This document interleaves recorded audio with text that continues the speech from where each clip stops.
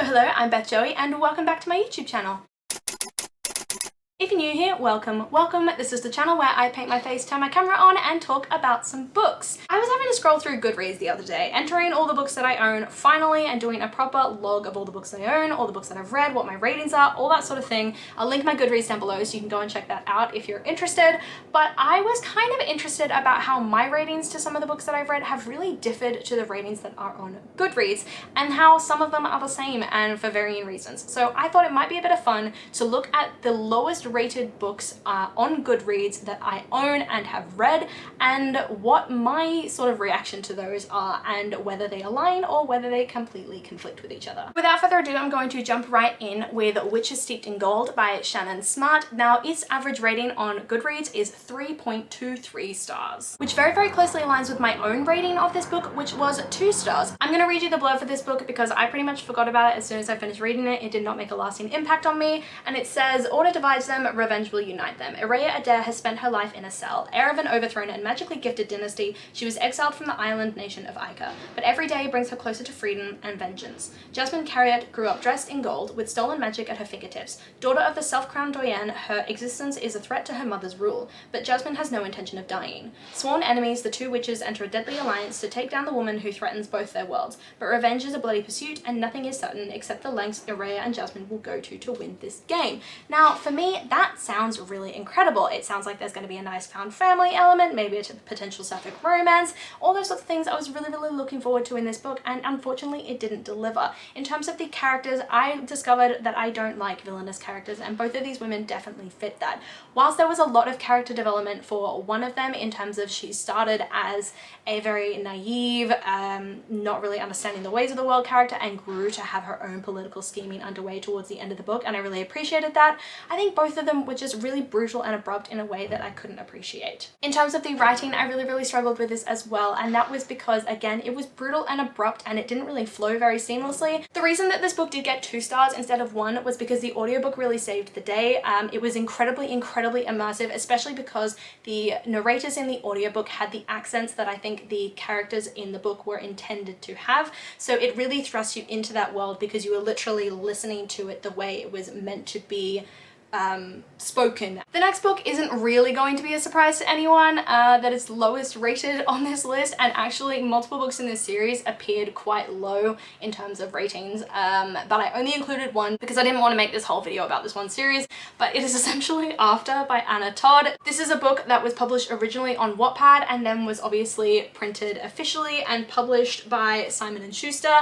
And frankly, I don't know why. I understand the impulse of why people would love this. It is smutty, it is bad for you, it is toxic, it is a guilty pleasure of a book, definitely, but it's not good and it's not well written. After by Anna Todd and the rest of the series follows Hardin and Tessa. So Tessa is a good girl. She's been a good girl all her life, always done what her mom's told her, had the perfect boyfriend, perfect life, everything like that, until she goes to university at WCU in Washington, I think it is, and she bumps into Hardin. Now, Hardin is the exact opposite of her in every single way. Tousled brown hair, British, covered in tattoos, piercings, everything like that. An absolute bad boy, disrespectful in every single way, but he intrigues her nonetheless. He is rude to the point of cruelty with Tessa, but one day she sort of finds herself in his dorm room and sparks fly between them and they start a relationship. It results in her cheating on her previous boyfriend, so obviously they break up. Their whole life is thrown upside down, and her life is thrown upside down by Hardin, and this series just chronicles that and all the drama that he puts her through,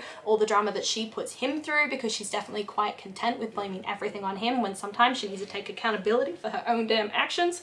And that is a big reason why I did not like this book. I think when I read it, I gave it 1 star because it is not in any way well written. It is not in any way a good book. The characters are not well developed. They follow a lot of stereotypes. Tessa especially bugs me quite a bit because, like I said, she is content to blame all of her mishaps on Hardin when things go wrong, but also when he treats people really badly, she is well and truly content to blame those people for how he is treating them and say everything is his fault, which makes this both a fun guilty pleasure kind of read because it's very, very toxic and very, very smutty in a fun kind of way, but also a book that is not in any way good, and that is all I'm going to say about it. The next book I was kind of surprised to see on this list because I thought it was quite well loved, and that is How to Kill Your Family by Bella Mackie. Now this is a book that Ben actually bought me, so I kind of need to be careful on what I say about it because I don't want to I don't want to hate on a book that he bought for me. But anyway, this book got 3.72 stars. I actually don't think I said what After got, and I got 3.71.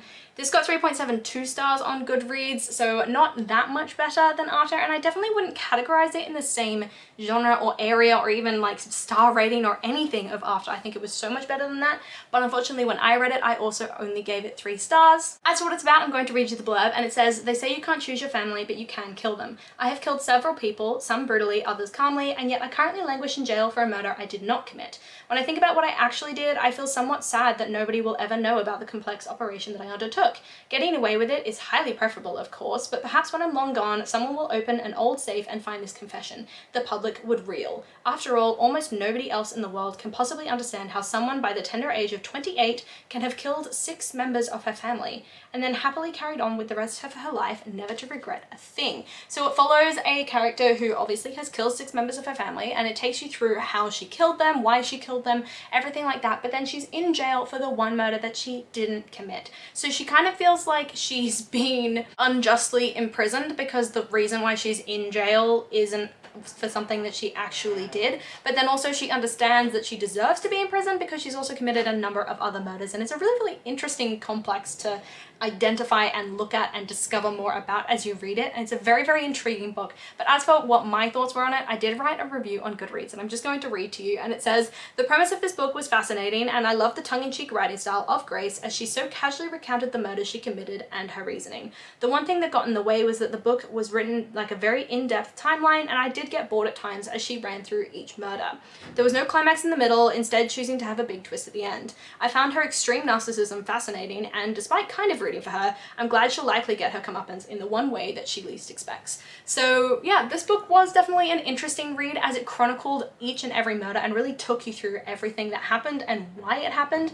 But like I said, it was a one-by-one timeline. It was like, there was no real like depth or anything to the book. It just felt like a timeline. So yeah, good read, but kind of mediocre. The next book I am not at all surprised to find on this list, and that is One by One by Ruth Ware. This book has 3.73 stars on Goodreads, and I gave it 2 stars. I personally did not enjoy this book. I know that people love it, but this just wasn't for me. It follows a group of people who are shareholders in a music app called Snoop, which is essentially like Spotify, but you can tune in to what any person in the world is listening to in real time at that moment in time. This group of shareholders go to a ski chalet in Saint Antoine to discuss what the future of the company is going to be. They're very much split down the middle. Half of them wants to IPO, to float, to grow the company and continue this growth trajectory, whereas the other half want to sell out, get out, because they don't see the company as really going any further than it already has. And then of course we've got the one character who isn't on either side. She has been brought in essentially to split the vote and to make the final decision. Everything lies on her, but she's also a character that has been ostracized the group throughout her entire experience with the company.